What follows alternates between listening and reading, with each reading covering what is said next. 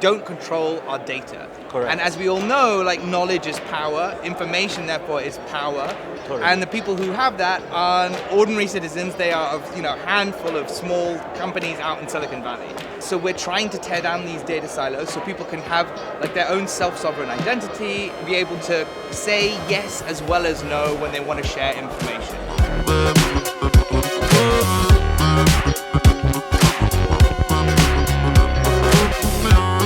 All right, Shiv, welcome to BreakinGud. Could you tell us a little bit about you, what you're currently doing in the space? Yeah, so I'm the CEO and co-founder of the Pool Foundation.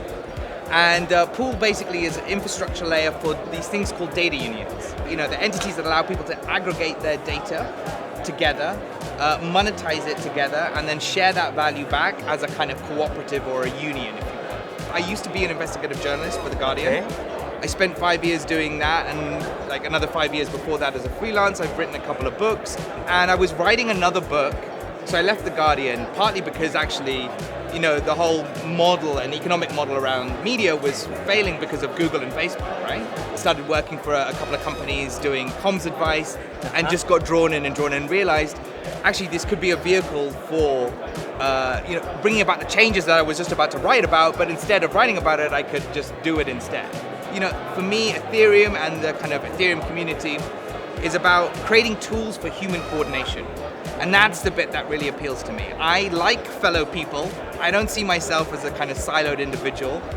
We all depend on each other in some way. I would like those transactions to be peer-to-peer, not just in a monetary sense, but in all sorts of senses. I want us to be able to work together without the state or big centralized entities necessarily getting involved. Back in I think it was 2011 or 2012, Facebook had its IPO, and I deleted my Facebook account in protest at that time.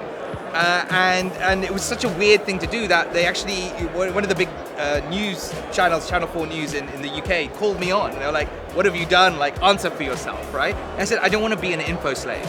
Right? I don't want my digital story to be like sucked on like vampirically by Mark Zuckerberg, for him to make all the money and for other people to be left in a sense destitute. So the idea that really appeals to me now is in fact these data unions. It's so central that we own our stories, right? So other people can't just utilize that and themselves landlords sucking up and extracting all the value from it.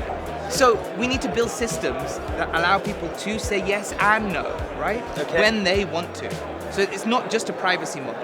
And that's why I think data unions are really interesting, because they're set up in a sense to say, look, share when you want to share, and I want to be able to own and control. That for me is the thing. I want to be able to control my data, not just say, all right, I'm opting out of this big digital kind of system of Web 2, because I don't want to be spied on. That for me is not the main thing. The main thing is about being self-sovereign with my data. If you've been here long enough, you've seen the waves of people go, oh my God, I got rich off NFTs. Oh my God, I got rich off DeFi. And 500,000 people show up. And I think we're having difficulties with enculturating people into going, no, it's not just about getting rich for yourself.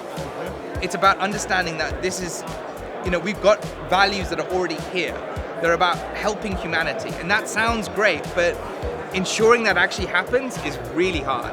One of the things that I always say is that our sense of fairness is evolving with our consciousness. That is something that is always moving. And I think getting involved in Web3 is one way you can start to devise new futures, right? In the digital realm and beyond. I'd say jump in, learn about it, and don't get caught up with all the kind of monetary hype, right?